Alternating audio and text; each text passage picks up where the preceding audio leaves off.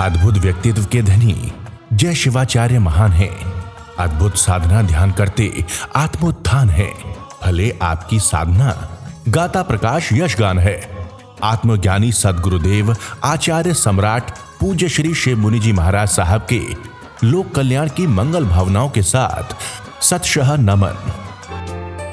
इस कार्यक्रम के प्रसारण सहयोगी गुरु भक्त परिवार सूरत। ये मन का भी नहीं है, ये चक्कर का भी नहीं है, ये बुद्धि का भी नहीं है, ये विचारों का सबसे पार।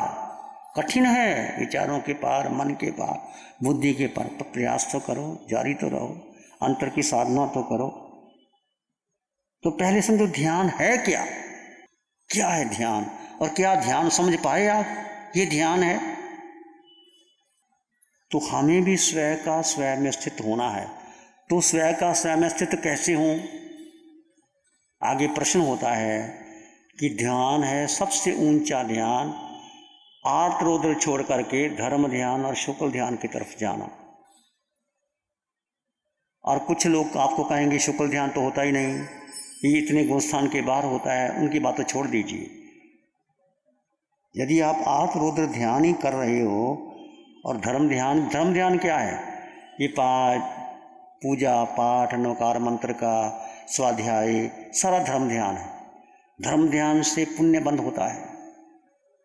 पुण्य बंद होता है तो तुम्हें मनुष्य जीवन मिलेगा, सुख मिलेगा, देवलोक गति में चले जाओगे और फिर वापस आओगे। मोक्ष नहीं मिलने वाला। मोक्ष है सब कर्म को क्षय कर देना। और धर्म ध्यान से शुक्ल ध्यान का मतलब क्या है, स्वयं का स्वयं में रमन करना, स्वयं का स्वयं से जुड़ जाना, ये शुक्ल ध्यान है। और शुक्ल ध्यान में अनंत अनंत कर्मों की निर्जरा होती है। प्रयास करो स्वयं का स्वयं में रमन कैसे हो। स्वयं का स्वयं में रमन करने के लिए आपके पास विचार आएंगे। तो 3 बातें भगवान ने फरमाई थी कि विचार आए तो क्या करना, कि जब जब विचार आए, जो नए साधक है या पुराने साधक है, सोहम का ध्यान कर सकते। घर में भी जब जब विचार आए तो सोहम 4-5 बार सोहम सोहम सोहम सोहम। धीरे धीरे आपके विचार शांत होने लग जाए।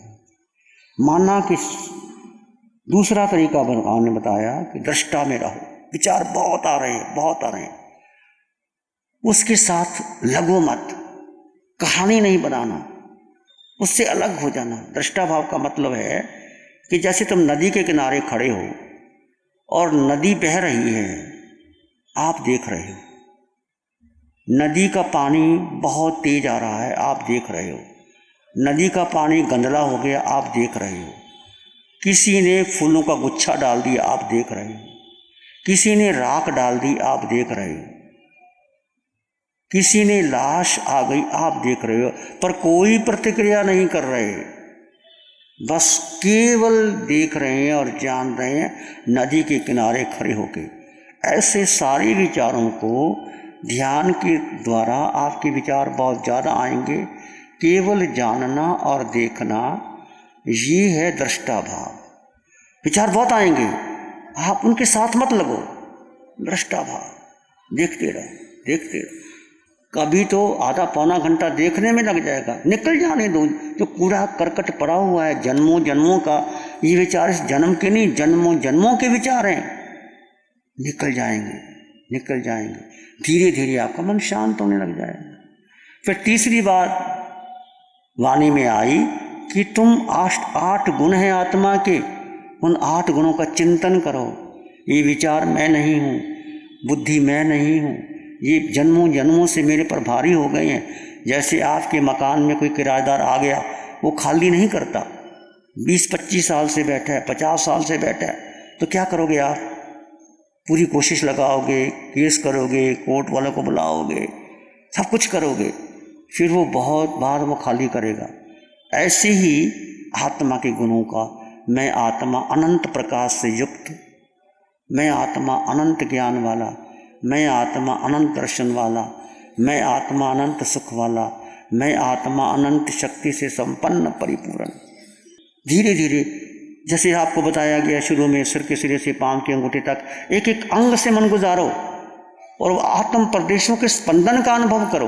तो धीरे धीरे उस स्पंदन में आपको थोड़ा थोड़ा प्रवाह बहने लगेगा, शांति बहने लगेगी। लगा जैसे कराया आपको 10-12 मिनट के लिए स्पंदन को, कुछ लगा आपको शांति मिली, स्पंदन से आए, कुछ प्रवाह आया, धारा प्रवाह सा लगा, चाहे थोड़ा लगा चाहे ज़्यादा लगा, जो पुराने साधकों को लगा। तो ऐसे ही मन विचैन होने लगे तो सिर के सिरे से पांव के अंगूठे तक एक एक अंग से मन गुजारो। और हर ये हाथ है मेरा, इसमें आत्म प्रदेश ना हो तो मुर्दा है ये, आत्म प्रदेश से ठसाठस भरा हुआ है ये, पर वो निराकार दिखाई नहीं देता, पर अनुभव तो कर सकते हो ना। जैसे आपने हाथ ऐसे किया, अब देखो आप दोनों हाथों को ऐसे करते हो तो ऊर्जा का स्पंदन स्वयं आपको लगने लग जाता है कि एक ऊर्जा का प्रवाह आ रहा है, एक ऊर्जा बह रही है। वो कहाँ से बह रही है? वो आत्म प्रदेश है, ये आत्मा है। एक एक अंग से मन गुजारो। ये आंख है, आंखों के स्पंदन को देखो, आत्म प्रदेश है। फिर पूरे अंग से मन, फिर बैठ जाओ, सिर के सिरे से पांव के अंगूठे तक एक धारा प्रवाह बह रहा है, बह ही रहा है, अनंत प्रकाश बह रहा है, परंतु हमें अनुभव नहीं होता क्योंकि हमारा मिथ्यात्व, हमारा मोहनीय कर्म बहुत भारी है। केवलियों को प्रतिपल प्रतिक्षण अनुभव होता है, सिद्धों को हो रहा है, हमें नहीं हो रहा क्योंकि हमारा मोहनीय कर्म भारी है। जब तक मोहनीय कर्म क्षीण नहीं होगा, मोहनीय कर्म का मतलब समझे, यदि आपके जीवन में आर्त रुद्र ध्यान है, उसने मेरा ऐसा कर दिया, मेरा ऐसा कर दिया, अब दूसरों को दोष दे रहे हैं, अपने को दोष नहीं दे रहे कि जो कुछ हो रहा है मेरे कर्मों से हो रहा है। अपने कर्म को छोड़ करके राग द्वेष के कारण दुखी हो रहे हैं, राग द्वेष मोह माया। और राग द्वेष तो छोड़ते नहीं, उसने दुख दे दिया, उसने दुख दे दिया, उसने ऐसा कर दिया, मैंने ऐसा कर दिया, पूरी जिंदगी आत्म कर्मों का बंधन करते हैं। और आके फिर अगला जन्म मिलेगा तो कहाँ जाओगे? आत्म ध्यान करने वाला नीच गति में जाएगा, पशु बनेगा, नरक में जाएगा या मनुष्य बन जाएगा। तो ये सारा आत्मज्ञान छोड़ना है। कोई किसी को दुख नहीं देता, कोई किसी को सुख नहीं देता, व्यक्ति स्वयं अपने ही कर्मों से सुख दुख पाता है। और सुख दुख शरीर को आते, मुझको नहीं आते। ये अटल विश्वास, ये अटल विश्वास, इस साधना को यदि आप पूरी विश्वास से करोगे तो 4 दिन में आप बहुत कुछ पालोगे।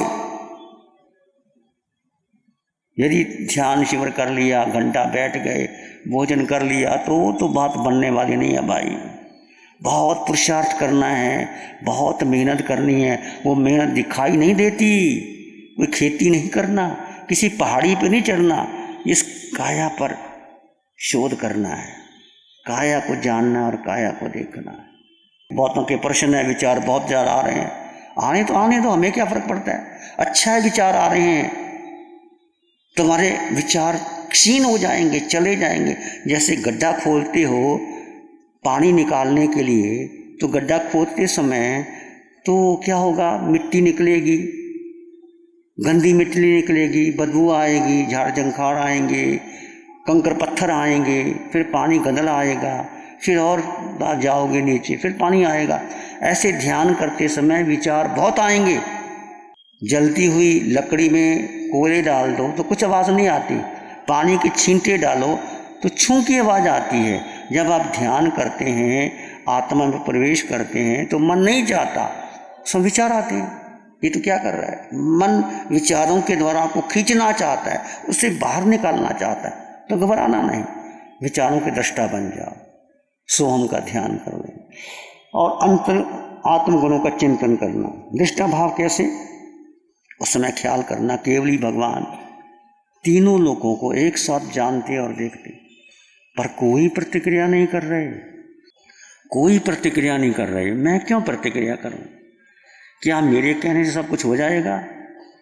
क्या मैं कोई ब्रह्मज्ञानी हो गया? क्या मैं सबको समझा सकता हूँ? ठीक है, आपने सुझाव दे दिया, माने तो ठीक, ना माने तो ठीक। भगवान भी तो यही कहते हैं, भाई जैसे आपकी आत्मा को सुख, सांसें तुम्हारी हैं, अधिकार तुम्हारा है, चुनाव तुम्हारा है। जैसे आपकी आत्मा को सुख, कि जीव आत्मा अकेला है, अकेला था, अकेला ही रहेगा। और सुख का स्थान नहीं बदलता। जैसे आपने कवच किया, बहुत पीड़ा हुई तो लगता है स्थान बदल लेंगे तो सुखी हो जाएंगे, नहीं, ये हमारा भ्रम है। जैसे जैसे आप कवच करोगे तो पीड़ा निश्चित बढ़ेगी, क्योंकि आपने कवच करके कर्मों को निमंत्रण दिया है। तो कर्मों को निमंत्रण दिया तो पीड़ा कहाँ निकलेगी? इस 3.5 हाथ की काया में पीड़ा निकलेगी। देह मंदिर है, तपोवन है, मेरा अंतरस्थान, आर्य हम मूल है। इसको बार बार बार बार बार बार चिंतन करें। तो जो जो कर्म हमने हंस हंस के किए, रस लेके किए, किसी को सताया, मारा, पीटा, बृहस्पति काय का छेदन भेदन किया, और रस लेकर के मसाले डाल डाल के भोजन बनाया, खिलाया, किसी की निंदा की, चुगली की, झूठ बोला, चोरी की, 18 पाप सन, वो कहाँ निकलेगा? इस शरीर से ही निकलेगा। तो भयंकर पीड़ा होगी। वो पीड़ा शरीर को होती है, मुझको नहीं होती। जितनी ज़्यादा पीड़ा होगी उतने ही आपके कर्मों का बंधन, कर्म टूटते चले जाएंगे, टूटते चले जाएंगे। तो 12 प्रकार का तप है: अनशन, अनोदरी, भिक्षाचारी, रस प्रत्यय, काया क्लेश, प्रतिष्ठा, प्रायश्चित, विनय, व्यवच, स्वाध्याय, ध्यान और साय। ध्यान और कायसक 11वां और 12वां तप है। आप अनशन को महत्व देते हैं, भोजन छोड़ दिया, मांस का मन कर लिया। अच्छा है, मांस का मन करना बहुत कठिन है, हमसे नहीं होता, अच्छी बात है, पर अनशन भी भेद ज्ञान से करो कि शरीर भिन्न और आत्मा भिन्न। भूख शरीर को लगी है, मुझको नहीं लगी, मैं आनंद में हूँ। इस प्रकार आप अनशन करते हैं तो बहुत कर्मों की नजरा होती है। एक अनशन कर लिया कि जय जयकार हो गई, माला पहन ली और सोने की चैन मिल गई, तो अनशन कर लिया। ऐसा करने से आपका पुण्य बनेगा, कर्मों की नजरा बहुत कम होगी। इस बात का ध्यान रखें। और कौशक, जैसे आपने उपवास कर लिया तो आप उपवास को तोड़ सकते हैं क्या? बोलो, नहीं तोड़ सकते ना। कि आपने उपवास कर लिया तो कौशक कैसे तोड़ सकते हैं? जब कौशक में बैठ गया, प्रभु की वाणी आई कि एक ही आसन में स्थिर रहना है, हिलाना नहीं, तो फिर आपने हिला लिया तो मतलब कौशक टूट गया ना। तो टूट दिया तो कितना दुष्ट लगता है ना। उसका प्रतिक्रमण करो, बार बार प्रतिक्रमण करो। कौशक में कर्मों की नजरा बहुत ज़्यादा होती है और कष्ट भी ज़्यादा आते हैं। जी को भयंकर पीड़ा होती, जैसे आप बैठोगे, चींटियाँ रेंग रही हैं, कोई मच्छर आ गए हैं, कोई भयंकर वेदना निकल रही है। उस कष्ट को सहन कर लिया, आपका भारी कर्म निकल गया।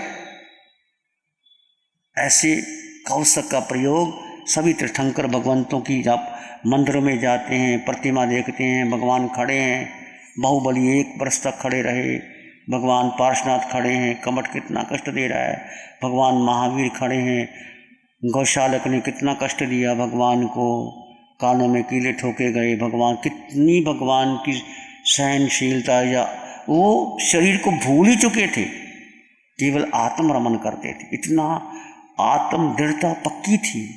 पंचम काल है हमारी, पक्की नहीं, पर पुरुषार्थ तो शुरू करो। ये साधना चौथे का आले की है, पंचम काल की साधना नहीं है।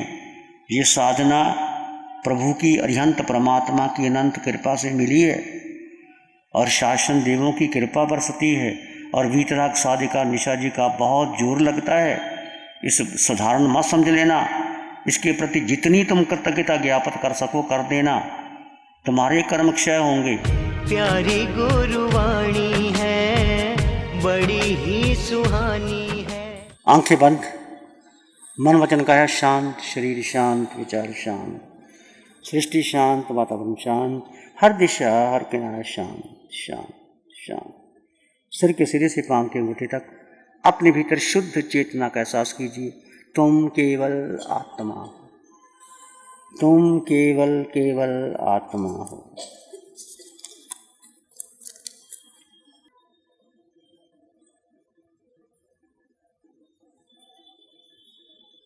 मैं आत्मा हूँ, सर्वगुण संपन्न परिपूर्ण आत्मा। मैं अकेला, निराकार, निर्विचार, निरंजन, आत्मा बुद्धि से परे, केवल आत्मा, केवल आत्मा।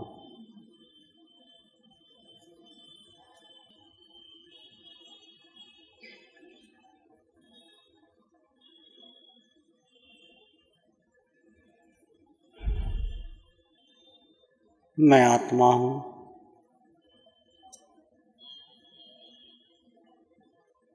अनंत ज्ञान और दर्शन से परिपूर्ण हूँ।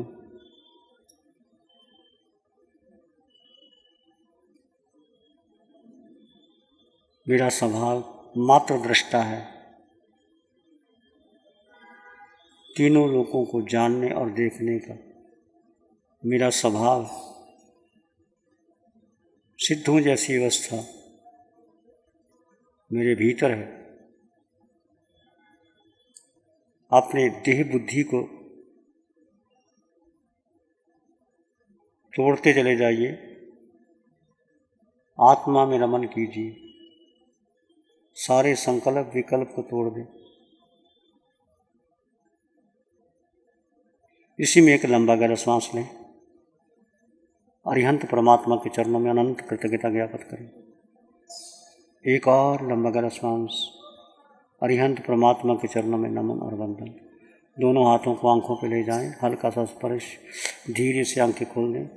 नमो अरिहंतानंग, नमो सिद्धानंग, नमो आर्यानंग, नमो उज्जयनंग, नमो लोय सब सावनंग, धम्मो मंगल मुकितम अहिंसा संयमो तबो देवावित्तं नमं शांति जस धम्म श्यामनो। श्री चत्तारी मंगलम, अरहंता मंगलम, सिद्धा मंगलम, साहू मंगलम, केवली पानत्तो धम्मो मंगलम। चत्तारी लोगोत्तम, अरहंता लोगोत्तम, सिद्धा लोगोत्तम, साहू लोगोत्तम, केवली पानत्तो धम्मो लोगोत्तम। चत्तारी शरणं पवज्जामि, अरहंते शरणं पवज्जामि, सिद्धे शरणं पवज्जामि, साहू शरणं पवज्जामि, केवली पाणत्तं धम्मं शरणं पवज्जामि। चारे शरण दुख हरण जगत में, और न शरण कोई होगा। जो भव्य प्राणी करे आराधन, उसका अजर अमर पद होगा, उसका सदा ही मंगल होगा। इस कार्यक्रम के प्रसारण सहयोगी गुरु भक्त परिवार, सूरत।